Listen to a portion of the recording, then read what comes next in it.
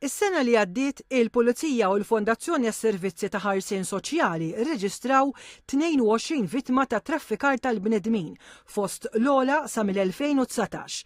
F'perjodu ta' 7 snin ġew irreġistrati 88 vittma. TVM News tkellem mal-Ispettur John Spiteri li speċjalizza f'każijiet ta' traffikar tal-bnedmin fi ħdan it-taqsima tal-vittmi vulnerabbli fil-korp tal-Pulizija.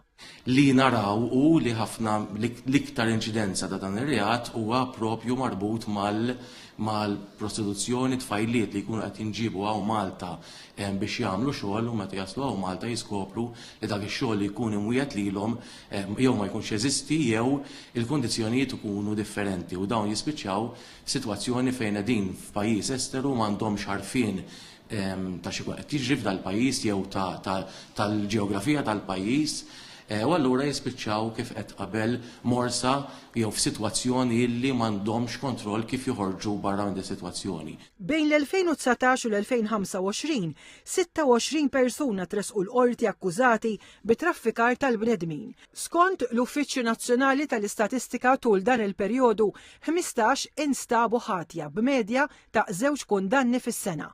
L-ogħla qatt fl-2023 u s-sena li għaddiet b'4 persuni misjuba ħatja f'kull sena.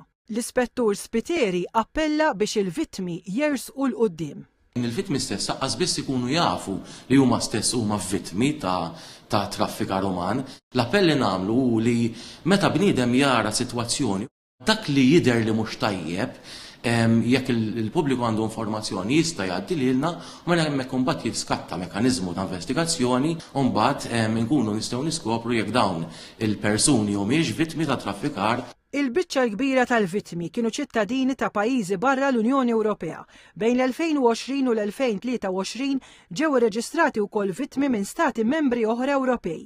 4 vittmi Maltin ġew irreġistrati matul il-perjodu, 3 fl-2020 u waħda is-sena li għaddiet. Mill-15 persuna misjuba ħatja ta' traffikar tal-bnedmin, 8 kienu Maltin u 7 kienu barranin. L-istatistika turi wkoll bidla fil-forom ta' sfruttament. Fl-2019 kważi 9 minn kull 10 vittmi ġew sfruttati permezz ta' xogħol li ġie sfurzat fuqhom.